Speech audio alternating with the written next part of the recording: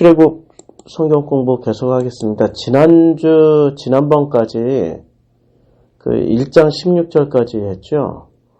그러니까 애굽 왕이, 아이고, 확 넘어갔네. 애굽 왕이, 여기서 주어는 1장 15절에 주어는 애굽 왕이에요. 그 히브리 산파들을 그 명령을 합니다. 근데 시프라라는 이름이 지난번에 아름답다, 이런 뜻이죠. 좌우지간 지난번에 다 공부했어요. 아름답다, 참 좋다, 우아하다, 이런 뜻이에요. 그 히브리 이 산파라고 하는 사람들이 나타라는 거예요. 낳는다. 이제 명령을 합니다.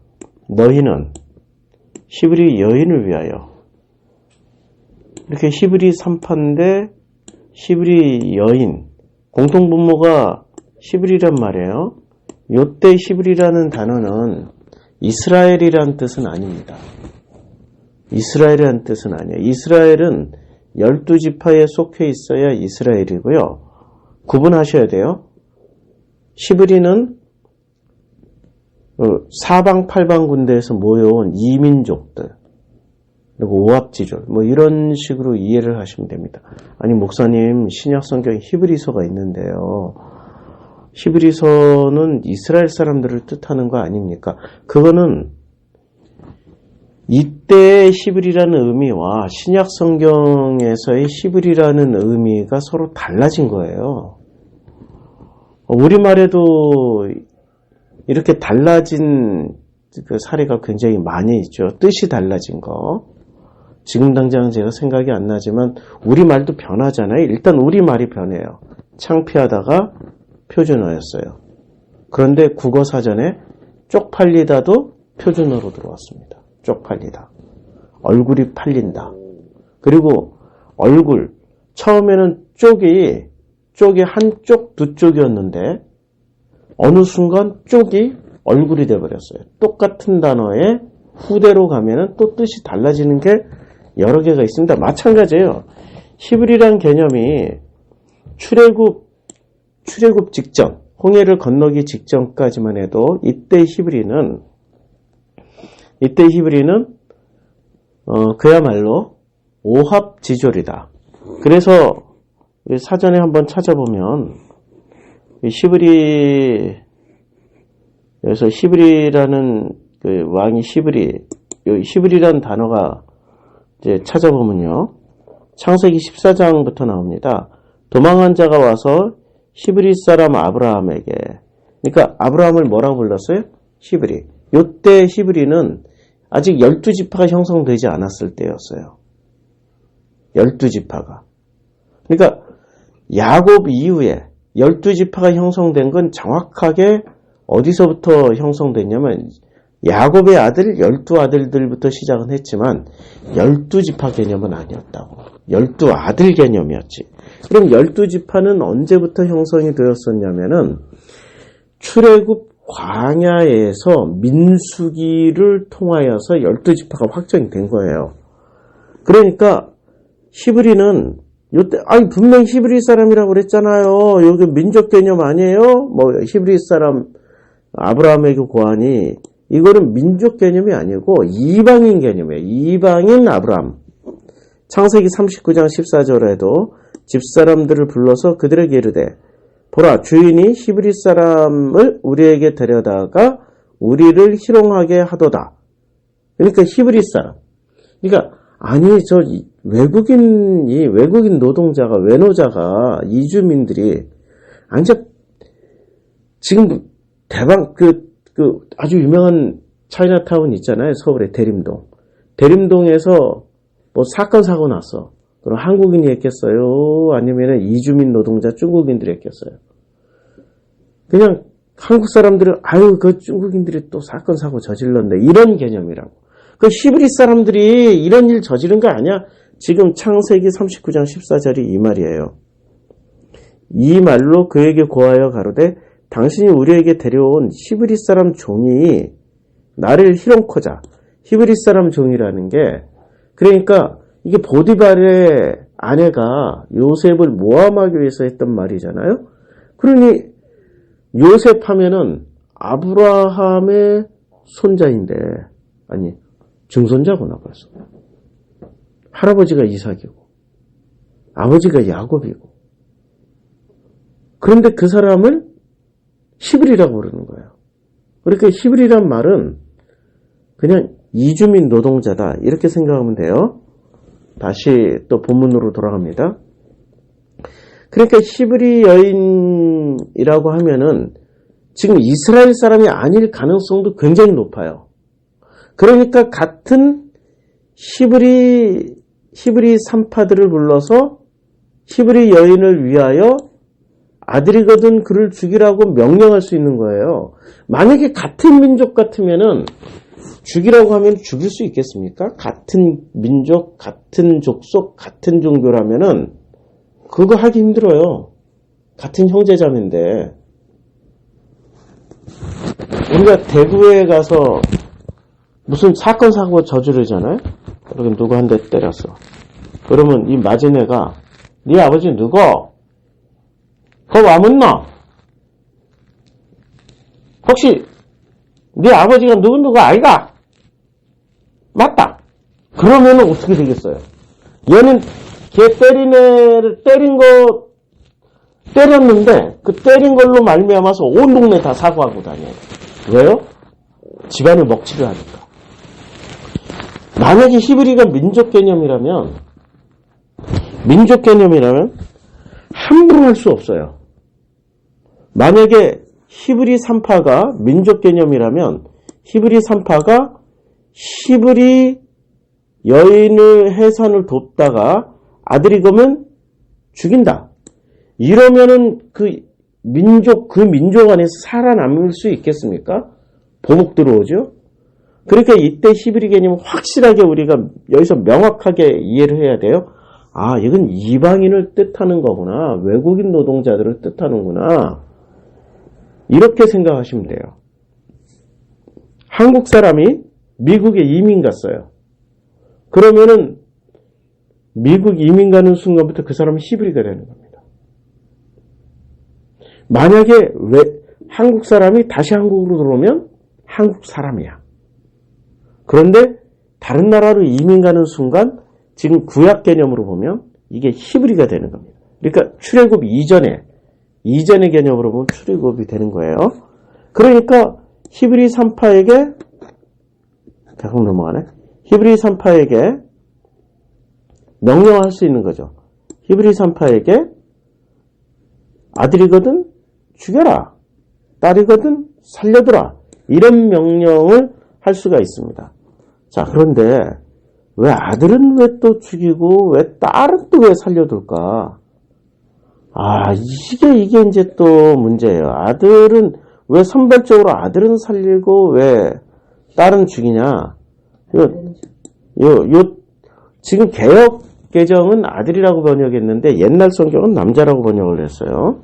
근데 아들이 맞아요, 아들이. 지금 왜 개혁 개정은 남자라고 번역했는지 이해가 잘 안 가.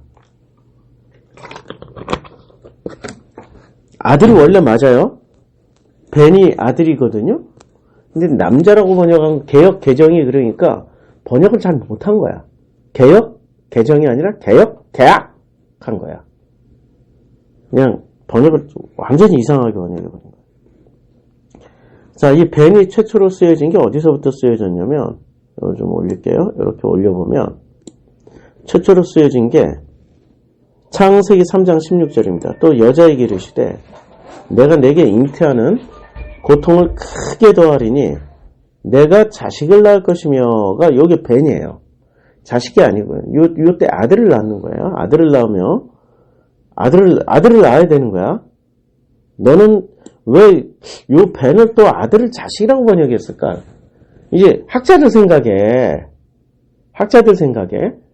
아니 어떻게 맨 아들만 낳을 수 있어. 아들도 낳고 딸도 낳을 수 있잖아. 이러니까 자식이라고 바꿔주자. 아, 이게 합리적이야. 이게 학자들 생각이야. 근데 이건 성경에 굉장한 의미가 있거든. 아들이라고 지칭해서 벤. 아니면 히브리어는 벤은 아들이에요. 아들이거나 손자야. 히브리어는. 우리말에도 아들이란 말이 있고 자손이란 말이 있고 자녀란 말이 있고 다양하게 있단 말이에요. 용도가 다 달라요. 용도를 벤이라고 썼으면 벤이라고 써야 되는 게 맞아. 아들이라고 번역이는 맞아. 그런데 이걸 자녀라고 자식이라고 또 번역을 했으면 문제가 되는 거죠. 왜 문제가 되냐면 성경에서는 아들이라는 어떤 독특한 의미 부여를 하는 게 있단 말이에요. 벤은 벤에게 또 딸은 딸에게. 그래서 아들을 낳아야 되는 거야. 내가 수고하여야 아들을 낳을 것이며 요 뉘앙스하고 비교해봐요. 내가 정말 수고를 하여야 아들을 낳을 것이며 아니면 뉘앙스 이제 아들을 바꿔요. 내가 정말 수고하여야 자녀를 낳을 것이며 느낌 완전히 다른 거예요. 성경에서 아들이란 말은 하나님의 아들 굉장히 중요한 단어잖아요. 근데 하나님의 아들을 하나님의 자녀 이래버리면 뉘앙스 확 달라져요. 요새는 남녀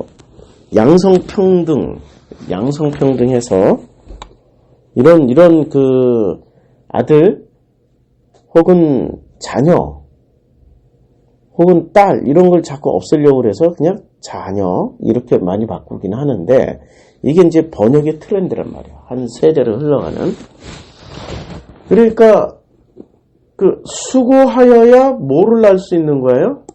벤을 아들을 낳을 수 있는 거예요. 아들은 수고해야 낳는 거야. 쉽게 안 낳아. 그러니까 수고해야 아들을 낳을 수 있어요.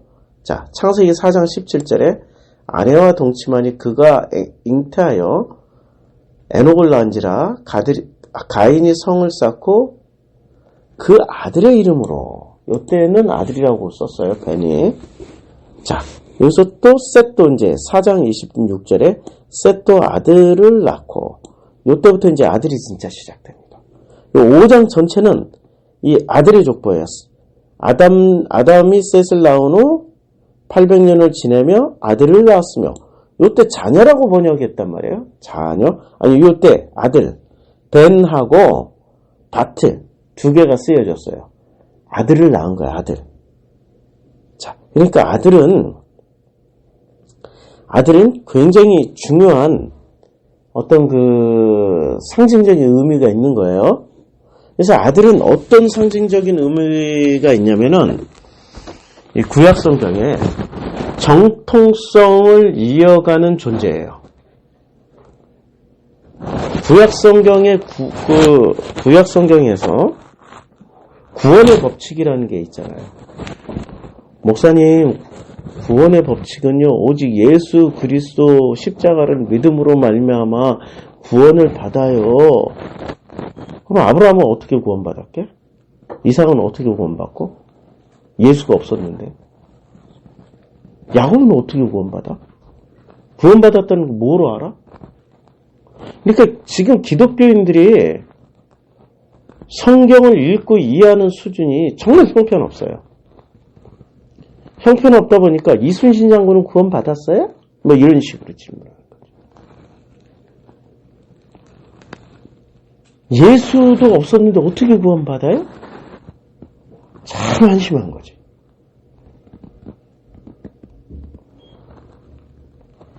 구약 성경은 구원받는 길이 이렇게 두 가지로 제시를 해줍니다. 첫째는 그 12민족 형성, 가나안 땅 들어갈 때, 가나안 땅 들어가기 전과 들어간 후, 이게 구원이 좀 달라져요. 이제 가나안 땅 들어가기 전에는 구원받은 것을 뭐로 표시하냐면, 첫 번째로는 구원받았다라는 건 막벨라굴에 묻히는 겁니다. 이건 아브라함, 이삭, 야곱. 여기까지. 아브라함, 이삭, 야곱까지는 그 막벨라굴에 묻히면 구원받았다라고 생각하시면 돼요. 레아는 막벨라굴에 묻혔어요. 레아는 구원받은 거예요. 그런데 라헬은 막벨라굴에 안 묻혔어요. 라헬은 구원을 받지 못했다라고 생각하셔도 돼요. 그리고 민수기 20장에서 보면 미리암도 죽고 아론도 죽어요. 근데 요때는 막벨라굴에 안 묻혀요. 요때는 그러니까 이 광야 시대에서는 이 광야에서는 막벨라굴에 묻힐 수도 없고 가나안 땅에 묻힐 수도 없어요. 그럴 때 이 광야에서는 구원을 어떻게 받냐면 조상에게로 돌아간다. 이 표현을 반드시 씁니다.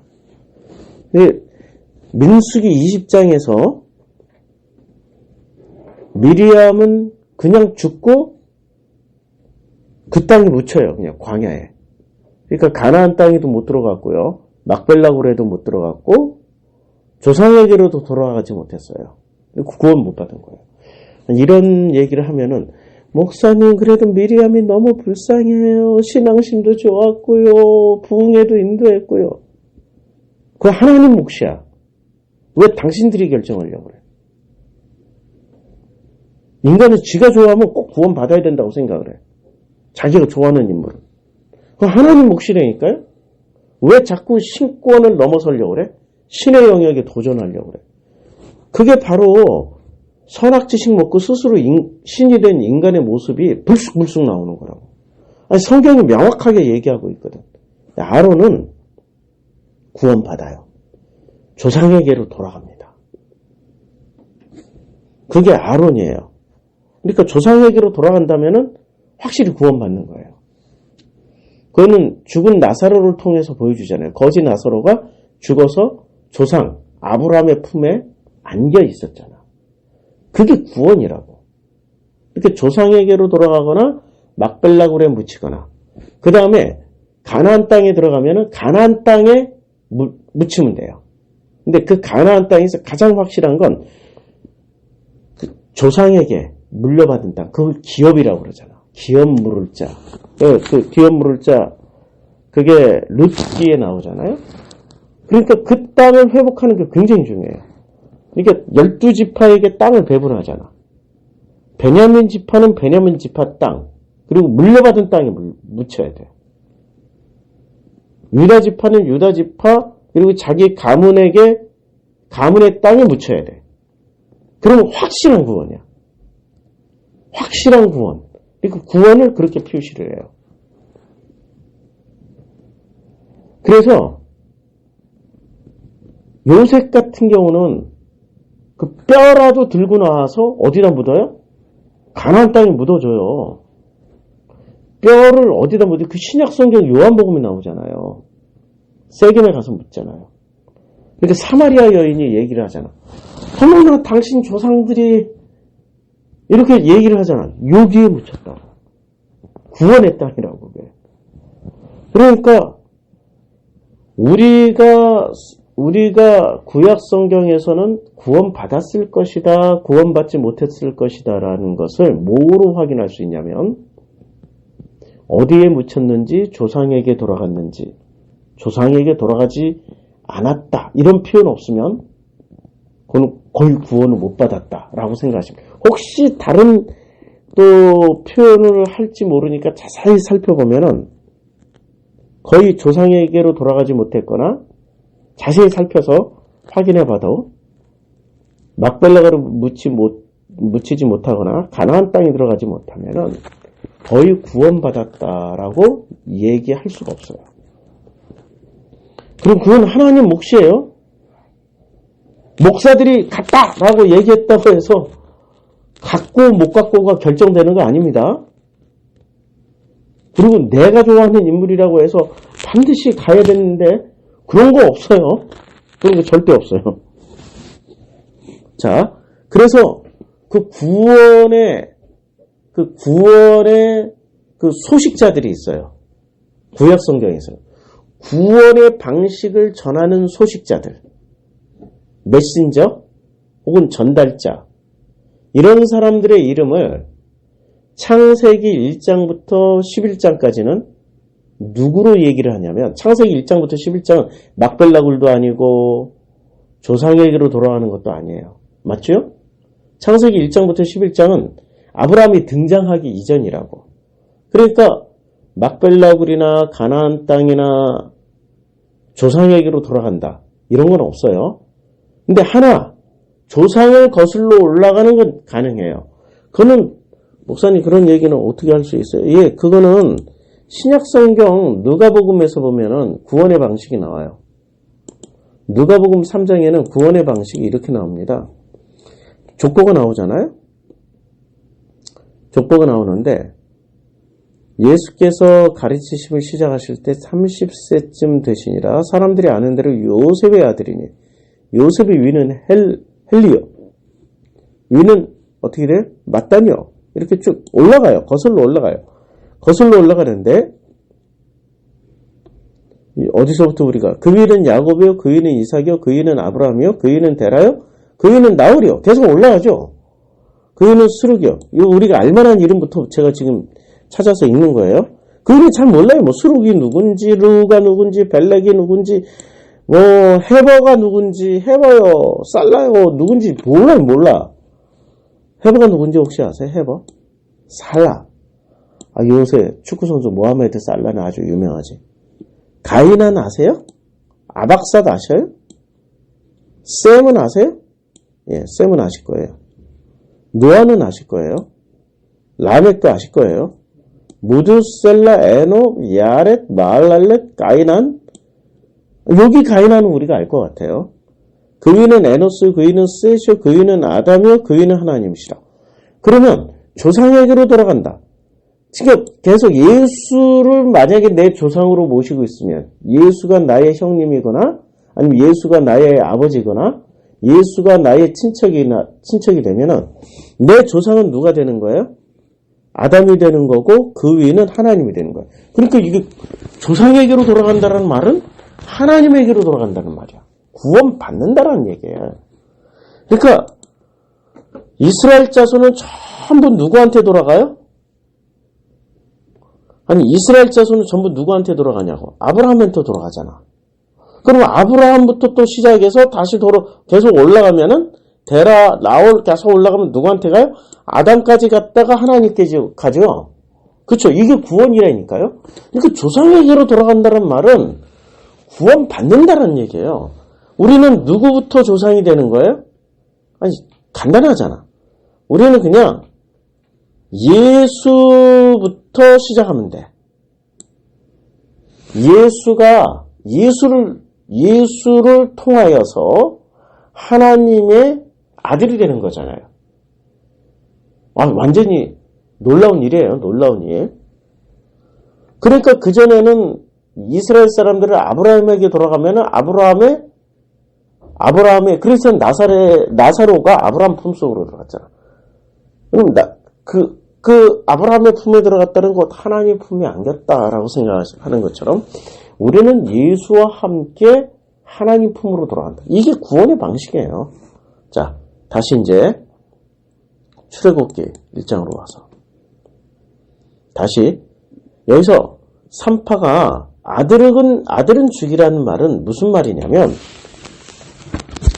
아들을 통한 족보는 이런 내용입니다.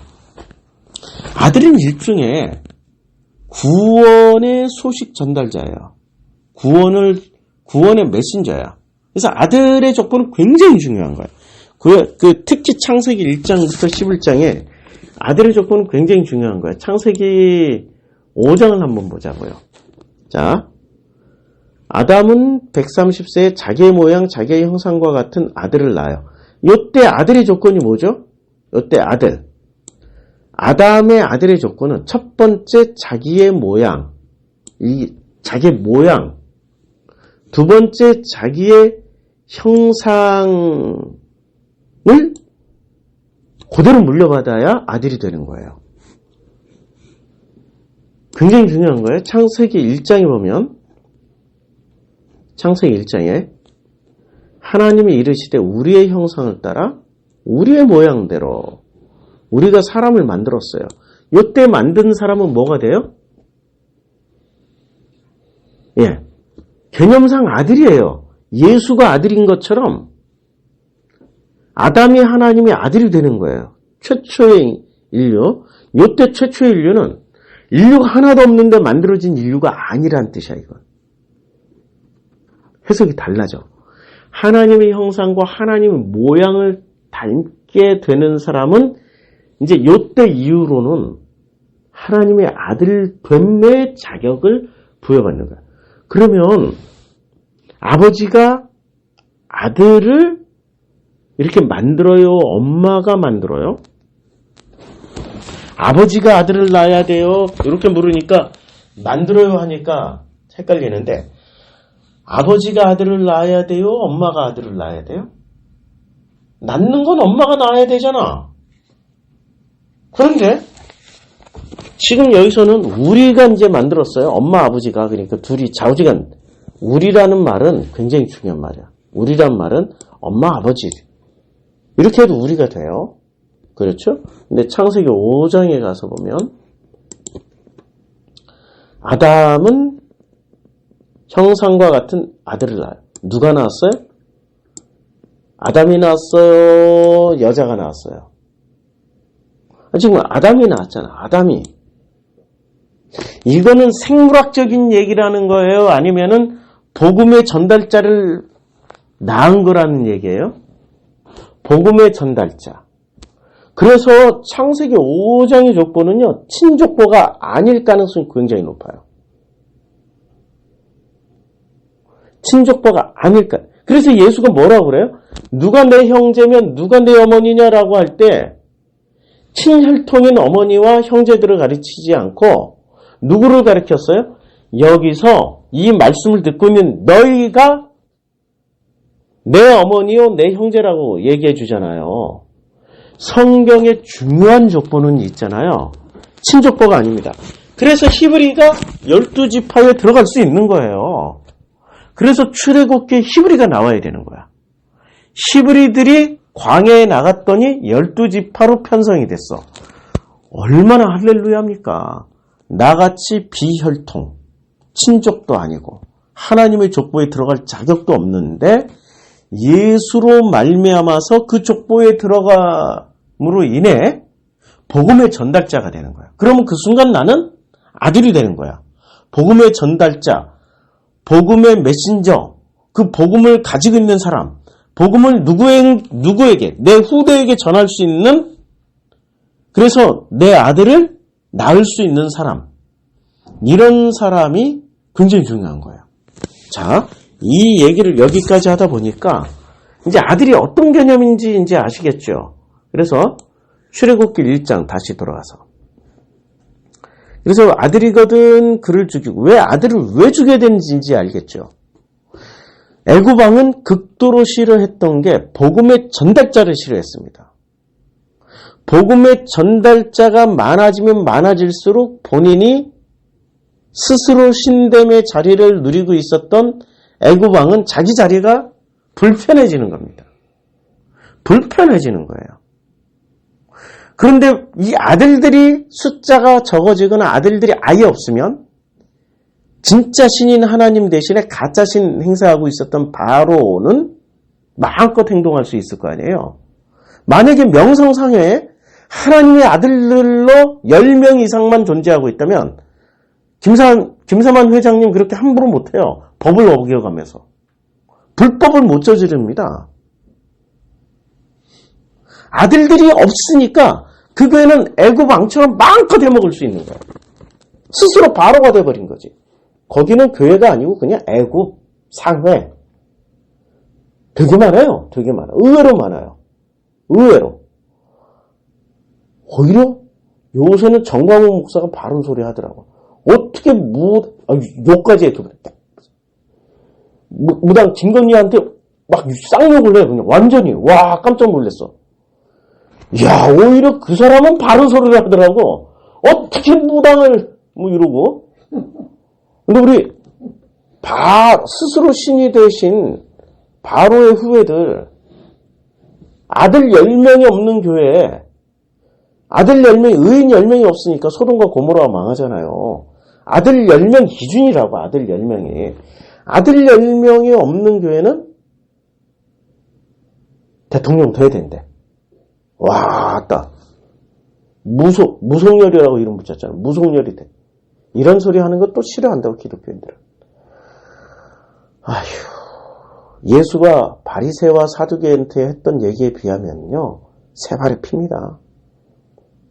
제사장들이 듣기에는 예수가 했던 말은 이거보다 훨씬 심한 모든 발언을 다 했어. 오죽했으면 예수를 죽인 죄목으로 뭐를 갖다 붙였어요? 정치범으로 붙였잖아. 유대인의 왕. 왕은 정치범이잖아. 대표적인 정치범이잖아. 아니, 그 사회가 썩으면 제일 먼저 뭐부터 썩어요? 정치부터 타락해요. 교회 정치 타락하게 돼 있다고. 교단 정치 타락하게 돼 있다고. 복음만 말해야지. 그리고 정치는 말아야지. 그게 착각이라고. 다 연결돼 있다고. 연결 안 돼 있는 거 없어요. 이 세상은 씨줄과 날줄처럼 다 연결돼 있어요. 하나가 병들면 저쪽도 병들고 저것도 병들어. 우리 귤박스 제주도에서 많이 보내주셨어요. 처음에는 모르고 귤을 오래 보관해서 먹을 줄 알고 열흘 이상 놔뒀다. 위에는 괜찮은데 밑으로 내려갈수록 하나가 곰팡이 피니까 주변에 다 곰팡이 피어 있어. 하나가 곰팡이 피면 누룩처럼 퍼져요. 그래서 바리새인 누룩을 조심하라는 거야. 기독교에서 제일 소중한 가치는 복음의 가치입니다. 복음을 가지고 있는 사람을 아들이라고 그러는 거야. 그래서 그 아들을 죽이라는 거야. 아들을 죽이는 방식이 여러 가지가 있잖아요. 제일 확실하게 죽이는 건 교회에서 복음을 안 가르쳐주면 아들은 다 죽어. 복음이 타락하면 다 죽게 돼 있다니까. 복음이 타락하면 그 교회는 복음을 더 이상 얘기를 안 해. 복음이 나오는 게 아니라 뭐가 나와요? 정치가 나온다니까. 아니, 교회가 왜 무속녀를 당선시키자 이런 아니, 정치 참여하지 말라고 하는 분들이 더 앞장서서 하고 있어. 심지어 태극기 들고 나와. 입으로는 정치 참여하지 말고 자기네들 하는 건 내로남불이야. 자기네들 하는 건 정치 참여가 아니라 기독교를 위해서 복음이라고 그러고 반대쪽에서 얘기하면 타락. 그러니까 얼마나 타락했는지 객관적인 기능을 잃었어요. 빛과 소금의 첫 번째 원칙은 객관적인 자기 반성의 기능이 있어야 되는 겁니다. 내로남불을 버려야 되는 거야. 그게 빛과 소금의 첫 번째 원칙이라고요. 히브리가 어떻게 해서 12지파로 들어가고 그들이 어떻게 하나님의 아들들이 되었는지를 설명해 주는 게 출애굽기, 민수기, 신명기, 레위기입니다. 이 네 권의 성경이에요. 굉장히 중요해요. 그래서 오늘 출애굽기 1장 16절에 아들 개념을 공부했습니다. 아들을 알면 우리가 아들이 돼야 되는 거죠. 아들이 되면 입에서 언제나 아름다운 도덕, 윤리 이것만 나와야 되는 거죠. 착각하지 마세요. 이제까지 선지자들은 입에서 우아하고 아름답게 엘레강스하게 이렇게 멋지게 얘기 안 했어요. 피를 토하면서 얘기했다고. 이 독사의 자식들아. 어찌하여 하나님의 진노를 피하려 드느냐. 아모스가 그랬고요. 예레미야는 365일 울면서 얘기했어요. 너무 가슴 아프니까 울면서 얘기했어요. 호세아는 가슴 찢어지게 눈물로 호소했어요. 어떻게 맨정신에 얘기합니까? 선지자들, 본 사람, 깨달은 사람, 체험한 사람들은 가만히 있지 못하게 되는 거예요. 그걸 또 엉뚱하게. 그래서 우리가 태극기 들어요. 그래서 문재인이잖아. 문창 다 둬야 된다고. 그게 종교야? 그게 복음이야? 그게 이데올로기지. 그게 당신들이 이데올로기라고. 그럼 목사님 왜 그런 소리 하는데? 아니, 무당이 지배하는 국가. 성경이 말했잖아. 무당은 다 죽이라고. 죽일 수는 없지만 최소한 무당이 되는 건 막아야 되는 거 아니야. 맞잖아요? 이데올로기에 젖은 기독교가 어디 복음이 어디 있습니까? 최소한 예수만큼 못돼도 선지자만큼은 깨달아야지. 그 정도로는 성경을 읽어야 되는 거 아니에요? 아들 얘기하다가. 그게 아들이야. 아들은 조용히 우아하고 엘레강스하게 말 예쁘게 하고 도덕윤리 지키세요. 마스크는 반드시 쓰세요. 그게 아들의 전부가 아니라고.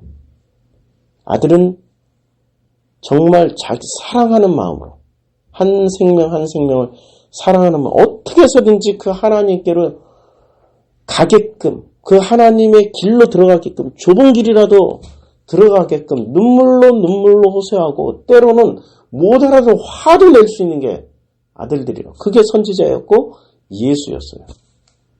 기도하겠습니다. 하나님, 그래서 그 아들들을 죽이라고 애고방은 명령했던 겁니다. 아들들이 없어야 지가 마음껏 독재할 수 있고 마음껏 뭐든지 할 수 있으니까. 그러나 이 땅에는 당신의 아들들이 더욱더 많아져야 됩니다. 이 땅에 아버지의 아들로 넘쳐나는 축복이 있게 허락하여 주시옵소서. 예수님의 이름으로 기도드렸습니다. 아멘.